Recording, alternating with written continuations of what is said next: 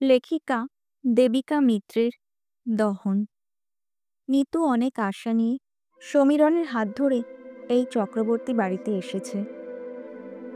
নিতু জানে ওকে মেনে নেওয়া এই ব্রাহ্মণ বাড়িতে সম্ভব নয়, তবু সমীরণের প্রেম ভালোবাসাকে প্রত্যাখ্যান করতে পারেনি।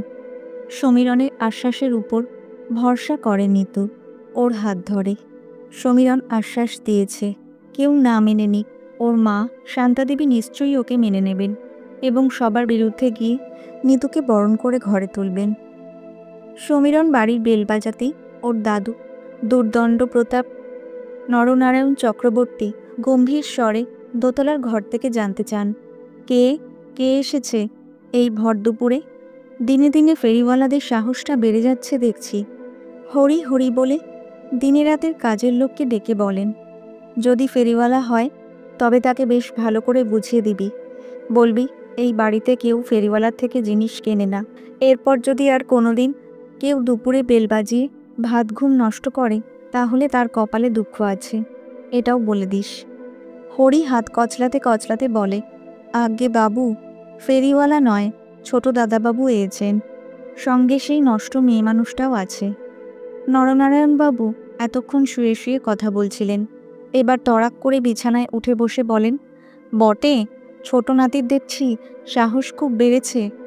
উনি অন্য সময় সমীরণকে ছোটন বলে ডাকেন, কিন্তু রাগ হলে ছোট নাতি বলেন। বিছানার একপাশে রাখা লাঠিটা নিয়ে বিছানা থেকে নেমে পায়ে চটি জোড়া গলিয়ে মেঝেতে লাঠির আওয়াজ করতে করতে সিঁড়ি দিয়ে নিচে নেমে এসে দেখেন ওনার আদরের ছোটন সেই ধর্ষিতা মেয়ে নিতুকে একেবারে বিয়ে করে বাড়িতে এনেছে। উনি চিৎকার করে ওঠেন, বলেন, যাও এখনই এ বাড়ি থেকে বেরিয়ে যাও। তোমার সাহস হয় কি করে ওই নষ্ট মেয়েকে নিয়ে এই চক্রবর্তী বাড়িতে ঢোকার? হরি হরি বলে চিৎকার করে হরিকে ডেকে বলেন, ওদের ঘাড় ধাক্কা দিয়ে বের করে দে, ওই জায়গাটা ভালো করে ধুয়ে দিবি, আর তোদের গিন্নিমাকে বলবি ওখানে যেন ভালো করে গঙ্গাজল ছিটিয়ে দেন, আর বড় খোকাকে বলবি এই মুহূর্তে যেন আমার ঘরে আসে, আমার দরকার আছে। কাল এই বাড়িতে শান্তি শয়স্তেনের ব্যবস্থা করতে হবে, তাই ঘোষাল বামুনকে খবর দিতে হবে। ওনার চেঁচামেচিতে ওখানে বাড়ির সবাই জড়ো হয়েছেন, কিন্তু কারো মুখে একটাও রা নেই। সবাই অবাক হয়ে নিতুকে দেখছে। ওর রূপ দেখে কেউই অন্য কথা ভাবতে পারছে না। সবাই সমীরণ আর নিতুর কথা জানত, কিন্তু কেউ নিতুকে আগে দেখেনি। নিতুর যদি এমন রূপ হয় তবে তো ছেলেদের মাথা ঘুরবেই। ওদের যদি এমন হয় তাহলে ছোটনের দোষ কোথায়?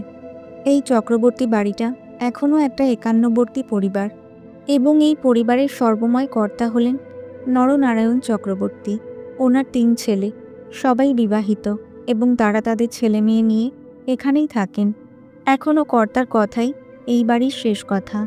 ওনার স্ত্রী কমলা দেবীও ওনার ভয়ে ভীত হয়ে থাকেন। ওনার মুখের উপর কথা বলার ক্ষমতা কারণ নেই। 82 বছরের নরনারায়ণবাবু এখনও খুব শক্ত, আর ওনার সামর্থ্য দেখার মতো। সবাই যখন ওনার ভয়ে থরহরি কম্পমান, তখন সমীরণ এমন একটা ঘটনা ঘটাবে সেটা অকল্পনীয়। নরনারায়ণবাবু ওখান থেকে চলে যাওয়ার পর বাকিরাও একে একে প্রস্থান করে। নিতু মাথা নিচু করে দাঁড়িয়ে চোখের জল ফেলছে, মনে ভাবে এখন কোথায় যাবে। সমীরণকে যদি এখান থেকে তাড়িয়ে দেওয়া হয় তাহলে ওরা যাবে কোথায়? নিতুর বাপের বাড়ি খুব গরিব, তাছাড়াও নিতু এক ধর্ষিতা মেয়ে। ওদের পাড়ায় নিতুদের এক ঘরে করে রাখা হয়েছিল, আর সেটা দেখেই সমীরণ বাড়ির কাউকে না জানিয়ে নিতুকে বিয়ে করে বাড়িতে আসে। নিতুকে সমীরণ ভালোবাসে। নিতুর মনে পড়ে যায় সেদিনের কথা, যার জন্য আজ ও নষ্ট মেয়ে নামে এই সমাজে খ্যাত। কিন্তু ওর দোষ কোথায়? এই সমাজই তো ওকে নষ্ট করে দিয়ে নষ্টের তকমা এঁটে দিয়েছে। সেদিন বিকালে অষ্টাদশী নিতু সমীরণের সাথে শীতলতলায় দেখা করতে যায়। এটাই ওদের দেখা করার জায়গা। গল্প করতে করতে সন্ধ্যা নেমে আসে। শীতলতলাটা একটু নিরিবিলি মতো, তাই ওরা মন্দিরে পুজোর পরেই বাড়ি যাবে বলে ওখান থেকে বেরিয়ে পড়ে। ওদের বাড়িতে সবাই জানে যে নিতু সমীরণের সাথে আছে, তাই কোনো চিন্তা করেনি। টিপটিপ করে বৃষ্টি পড়ছে দেখে নিতুরা শীতলতলা থেকে তাড়াতাড়ি বাড়ির পথে এগোয়। শুনশান রাস্তায় হঠাৎ করেই নিমুর দল ওদের আক্রমণ করে। নিমু হলো এক বাজে বদমাইশ ছেলে। যত রাজ্যের বাজে কাজের সাথে যুক্ত। ও কয়েকদিন ধরে নিতুকে বিরক্ত করছিল, কিন্তু নিতু ওকে পাত্তা দেয়নি। সেদিন সমীরণ নিতুর সম্মান বাঁচাতে পারেনি। সমীরণ বাধা দিতে গেলে ওকে মারধর করে গাছের সাথে বেঁধে রেখে ওর চোখের সামনে নিতুর সর্বনাশ করে নিমু। আর দলের 4 জন বদমাইশ ছেলে সেটা তাড়িয়ে তাড়িয়ে দেখে। সমীরণ অচেতন হয়ে যায়। নিতুও ওর অত্যাচার সহ্য করতে না পেরে বেহুশ হয়ে পড়ে। পরে নচ্ছারগুলো ওদের ওখানে ফেলে চলে যায়। সারা রাত ওরা ওখানেই পড়ে থাকে। পরের দিন মন্দিরে পুজো করতে আসা মদন ঠাকুর ওদের দেখতে পেয়ে উদ্ধার করেন। সেই থেকেই নিতু নষ্ট মেয়ের তকমা বয়ে নিয়ে বেড়াচ্ছে। ওদের বাড়িকে পাড়া প্রতিবেশীরা একঘরে করে রেখেছে। প্রায় কয়েক সপ্তাহ হয়ে যায় এই ঘটনার। দোষীরা সাজা পায়নি, তবে নিতু মোক্ষম সাজা পেয়ে নষ্ট মেয়ে হয়ে গেছে। সবাই ওকেই দোষ দিচ্ছে, অথচ দোষীদের শাস্তি দিতে পারছে না। নিতু লজ্জায় আত্মহত্যা করতে গিয়েছিল। সমীরণ তাই নিতুর ভার নিজের কাঁধে তুলে নিয়ে মন্দিরে গিয়ে সিঁদুর পরিয়ে দিয়ে বিয়ে করে নেয়। সমীরণ এখনও আশা নিয়ে দাঁড়িয়ে আছে, মায়ের ঘরের দিকে তাকিয়ে। ঘটনাস্থলে সবাই এলেও সমীরণের মা কিন্তু আসেনি। সমীরণের দাদুর কথা মতো হরি 1 বালতি জল নিয়ে দাঁড়িয়ে আছে। ওরা চলে গেলেই জল ঢেলে জায়গাটা ধুয়ে দেবে। গলায় ঝোলানো গামছা দিয়ে হরি ক্ষণে ক্ষণে চোখের জল মুছছে। মুখে একটাও কথা নেই। অনেকক্ষণ মায়ের জন্য অপেক্ষা করে সমীরণ যখন নিতুর হাত ধরে বাড়ি থেকে বেরিয়ে যেতে উদ্যত হয়, তখন শান্তা বলেন, দাঁড়িয়ে যাও ছোটন, তুমি তো হেরে যাওয়ার ছেলে নও। তোমার শরীরে যে আমার রক্ত বইছে, তবে তুমি কেন নিজের অধিকার ছেড়ে চলে যাচ্ছ?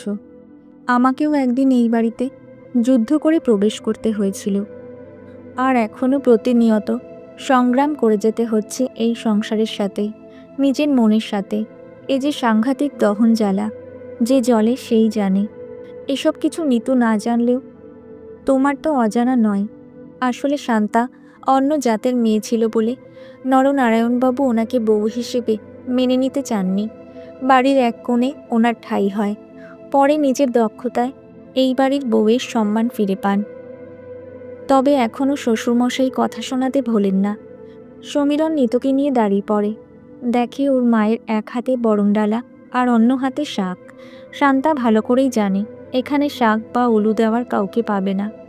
আছে সবাই, কিন্তু কেউ নরনারায়ণবাবুর কথাকে উপেক্ষা করে শান্তার কথায় সায় দেবে না। তাই বরণের সমস্ত জিনিস নিয়ে আসে ঠাকুর ঘর থেকে।